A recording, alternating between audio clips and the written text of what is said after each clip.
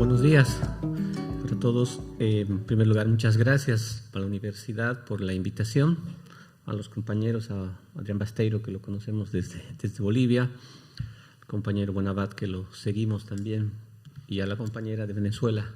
Es realmente un placer y un honor estar con personas distinguidas que aportan muchísimo al pensamiento de lo que es la construcción de una Latinoamérica libre.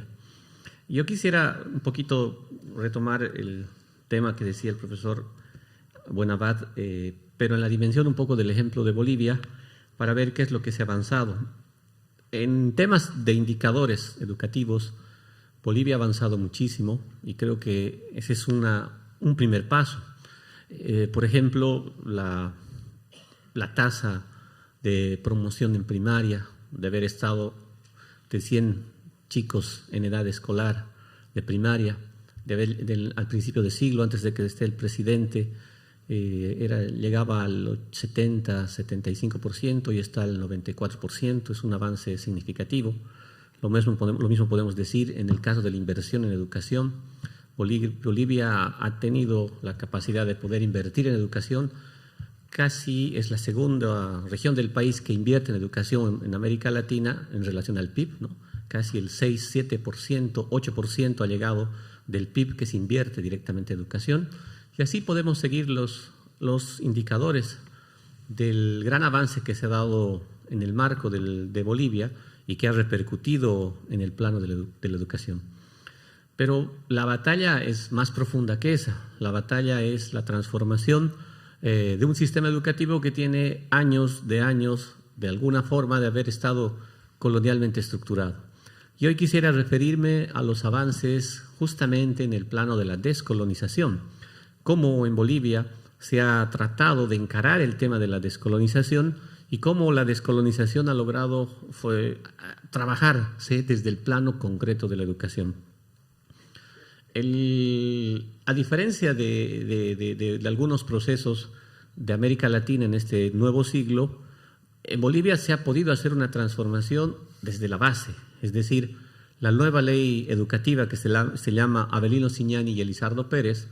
Avelino Cignani porque era un profesor, que no era profesor porque nunca ha estudiado en una normal y una escuela de formación técnica en principios del siglo XX en Bolivia, que enseñaba castellano en un momento donde era prohibido aprender el castellano para los indígenas, con el objetivo de defender las tierras, porque en el momento de expansión colonial republicano estaban obsesionados con las tierras de los indígenas y la única manera era aprender a leer y escribir para poder defenderse con lo que tenían. Incluso llegaban algunos caciques y apoderados, así se llamaban, a conocer algunas concesiones que España les había hecho. Fíjense que cuán contradictorio es que cuando ya los españoles se estaban retirando de Bolivia, que no era Bolivia en ese momento, hicieron concesiones a algunos pueblos indígenas, dándoles tuición sobre ciertos territorios. Y en la República, más bien había todo el proceso de quitarles esas tierras, y algunos caciques y apoderados, utilizando esos viejos documentos de la época colonial, querían defender su territorio. La única forma era saber leer y escribir. De ahí viene un poco la idea de Avelino Cignani, un profesor rural que enseñaba a los indígenas, pagados por el propio dinero de los indígenas, a leer y escribir. Entonces, esta ley que plantea su nombre, define una transformación muy profunda en el sistema educativo. Primer elemento, produce algo diferente, un modelo nuevo. Yo he tenido la suerte, cuando tenía el cargo de viceministro, de visitar gran parte de Sudamérica, discutiendo con profesores y sindicatos de maestros y maestras sobre los cambios y las visiones educativas, y el lenguaje que se ha creado del modelo boliviano es absolutamente particular, no tiene correspondencia ni relación con todo lo que se ha discutido en el plano educativo en el marco de la educación regular. Se ha producido un modelo propio en Bolivia. Y ese, creo yo, es el primer signo de una descolonización, entendiendo la descolonización por la construcción de un camino propio. No es la búsqueda original de algo perdido, sino es la producción de algo propio que responde a las realidades concretas que nosotros como países latinoamericanos estamos atravesando.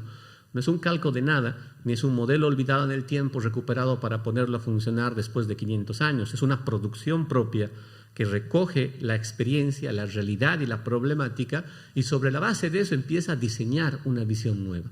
Y a eso se le ha dado el nombre de modelo educativo sociocomunitario productivo. Este modelo tiene el objetivo básico de trabajar dos áreas fundamentales. El aspecto de la descolonización, por un lado, tratando de generar una conciencia comunitaria desde el proceso educativo mismo.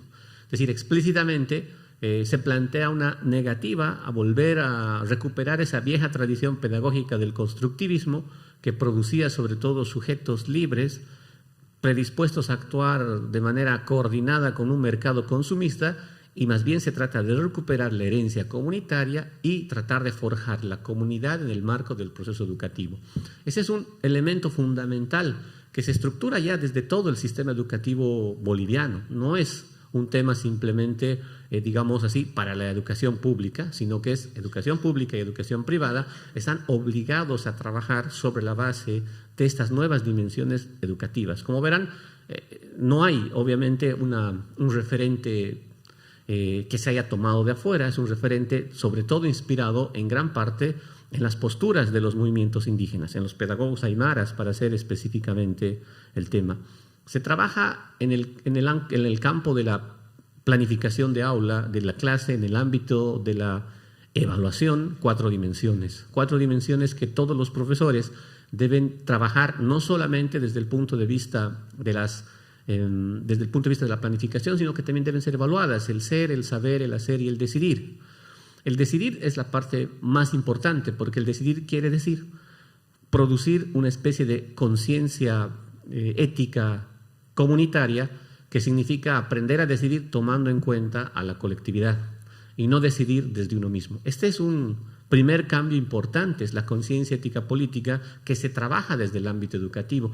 Independientemente de que sea un profesor de física, de química, de historia, de matemáticas o de biología, todos los profesores tienen que planificar en estas cuatro dimensiones y evaluar en esas cuatro dimensiones.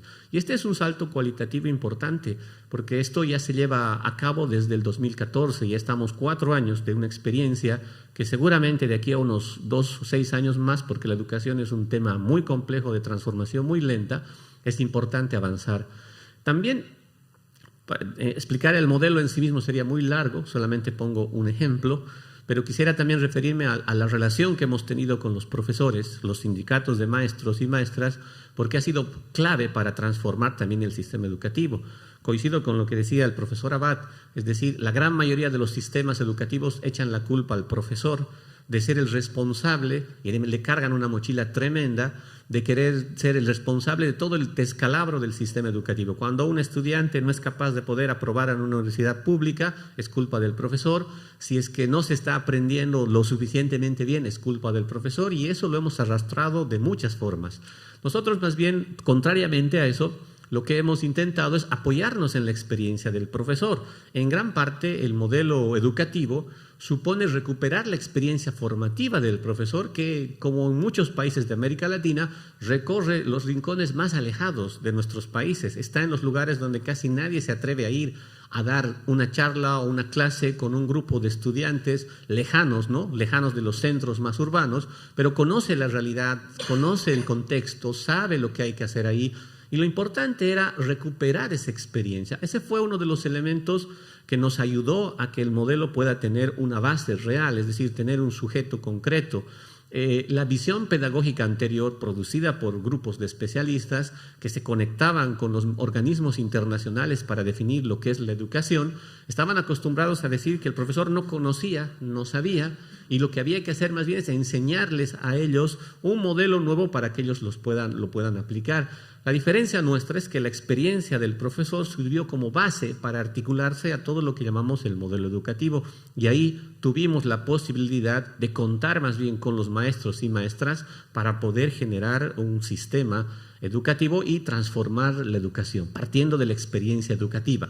Más allá del diseño metodológico, didáctico, que podíamos nosotros enseñarle, era cómo articular estas grandes propuestas del modelo educativo sociocomunitario con la experiencia del profesor. En eso consistió nuestra estrategia para que los profesores puedan desarrollar las actividades combinando su experiencia laboral con las nuevas visiones del modelo. Es decir, no se trató de decir al profesor lo que debe hacer completamente, no se definió una línea pedagógica y didáctica para decir, bueno, esta era la pedagogía y la didáctica neoliberal, ahora tienes una pedagogía y didáctica descolonizadora. No era ese el objetivo. Los criterios estaban claros, pero para poder construir un proyecto de descolonización coherente, el profesor, el maestro, debería ser también un sujeto dentro del proceso de descolonización. No podría ser solo objeto de descolonización, es decir, que el Estado le defina cómo descolonizar, sino debería ser sujeto. Y ahí se desarrollaron algunas políticas, como por ejemplo, el que no existe el problema que nos planteó el profesor Abad, es decir, ya no hay en el sistema educativo boliviano textos oficiales. La norma ha quitado, ¿no ve?, los textos oficiales regulados por el Ministerio de Educación que definen, o cualquier secretaría, cuáles son los textos que se deben enseñar por año de escolaridad, en inicial, en primaria o en secundaria. Aquí la idea es producir los textos desde la realidad lingüística, cultural de los profesores y que sean las regiones propias de donde trabajan los profesores los que definan los textos que van a ser utilizados, producidos sobre la base fundamentalmente de su experiencia, obviamente articulados con las líneas de lo que llamamos nosotros modelo. Esa es una prerrogativa que existe en Bolivia, es decir, es una situación más abierta, porque si al profesor se le define todo, ¿no?, obviamente ya el profesor no se puede convertir en un sujeto del propio proceso de descolonización. Esa era una estrategia obviamente arriesgada, obviamente compleja, porque los profesores todavía tienen muchísimas dificultades para dejar los textos escolares. Difícilmente un profesor de primaria todavía está en condiciones de poder producir un texto, ¿no?, más todavía una didáctica, porque el contexto boliviano cada vez que se planifica, se avanza más, se vuelve más complejo, porque no solamente se tiene que enseñar un currículum general, al que nosotros le hemos llamado currículum base o intercultural, sino se tiene que cruzar eso con un currículum intracultural. Bolivia está atravesada por dos estructuras. Eso es lo que es parte de la complejidad de un Estado plurinacional. Como son 36 idiomas los oficiales, entonces los currículums regionales corresponden a los idiomas indígenas y el currículum intercultural corresponde al idioma castellano. Pero como ambos territorios están solapados, porque todo el territorio boliviano habla castellano en gran parte, pero debajo del territorio que supuestamente habla castellano existe el territorio antes de la colonia, que es perteneciente a los indígenas, entonces hay que articular dos territorios, ¿no ve? Yo, que soy de La Paz, técnicamente el lenguaje materno es castellano, pero La Paz pertenece a la región aymara. Por lo tanto, yo tengo que tener dos currículums articulados, un currículum castellano, que es intercultural, y un currículum regionalizado, que sería el aymara. Las personas que viven en Santa Cruz, que no es una región aymara, que es una región guanarí, trabajarán un currículum base, que es intercultural, el que tengo yo, y otro currículum regional, que es el currículum guaraní. Así se estructura la educación boliviana, y eso convierte al proceso de planificación educativa y evaluación mucho más complejo para el profesor. De ahí la razón por qué no pueda funcionar un texto oficial que pueda ser definido de antemano, simplemente algunos criterios básicos que permitirían organizar el sistema educativo boliviano, ¿no? Entonces, ese es otro elemento también que contribuye a la descolonización, la idea de poder invertir la construcción de un Estado-nación moderno que estaba acostumbrado a que la única manera de coordinar, de construir sentido de unidad era sobre la base de la hegemonía lingüística y la hegemonía cultural, y justamente es eso lo que rompe el Estado plurinacional al intentar desde la educación construir una hegemonía diferente, al no conculcar las diferencias culturales que existen y sobre la base de eso organizar un sistema educativo plurinacional.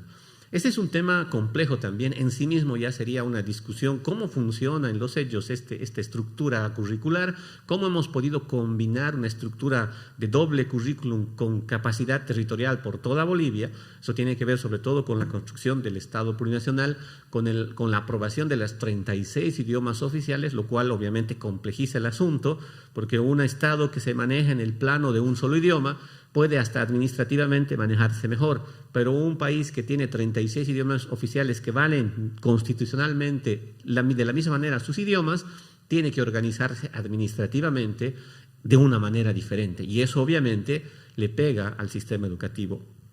Para poder un poco empezar a cerrar, porque esta experiencia es grande, hay muchas cosas que se pueden explicar, seguramente hay muchas preguntas detrás de eso. Quisiera concluir con algunos elementos también que apoyan a esta transformación en el sistema educativo.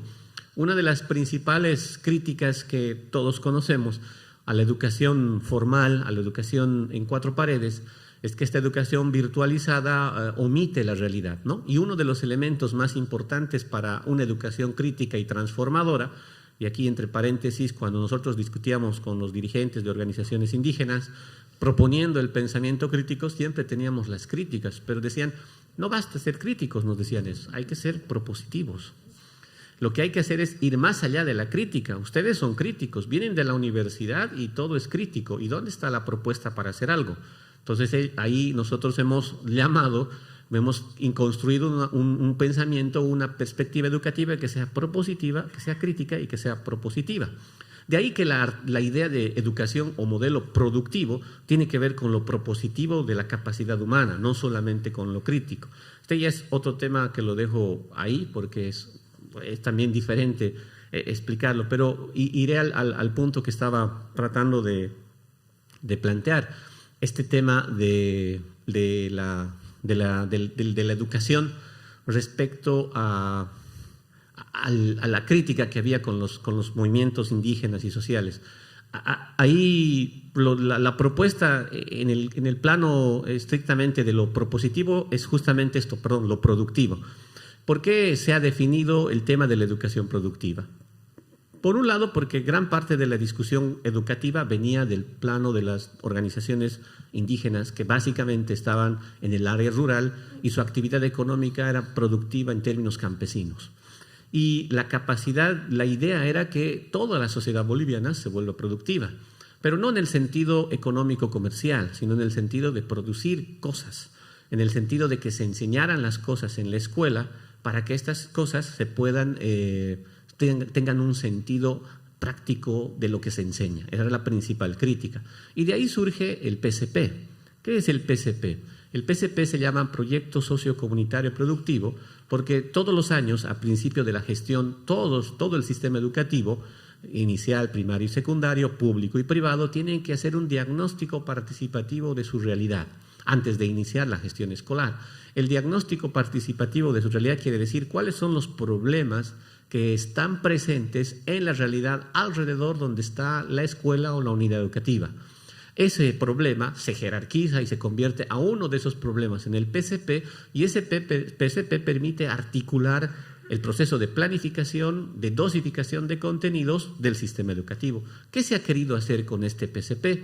Hacer que la educación no responda al contenido interno curricular, que es básicamente como todos los sistemas educativos están organizados. Es el currículum interno definido por la profesión o definido por el año de escolaridad, el que define y marca el uso de los contenidos, la planificación de la clase, la planificación de la evaluación, y todo el sistema educativo funciona así. Es lo que nosotros podemos definir como la autorreferencialidad de un sistema educativo, que como es moderno tiene este rasgo como un rasgo constitutivo.